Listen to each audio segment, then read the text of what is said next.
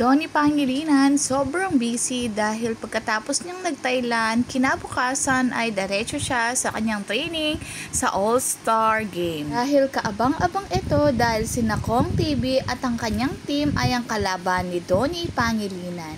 Napag-comment pa nga ang asawa ni Kong bakit napakagwapo naman ng kanilang kalaban. At hindi nga nagpahuli si Kong TV, talagang inedit nila ang kanilang team, ang kanilang mukha. At sila Donnie naman ay inedit din. Talagang nakakatuwa at nakaka-excite ng mapanood this coming June. At usap-usapan din ang post ng kapatid ni Donnie na si Benjamin Pangilinan na may babaeng nakatalikod.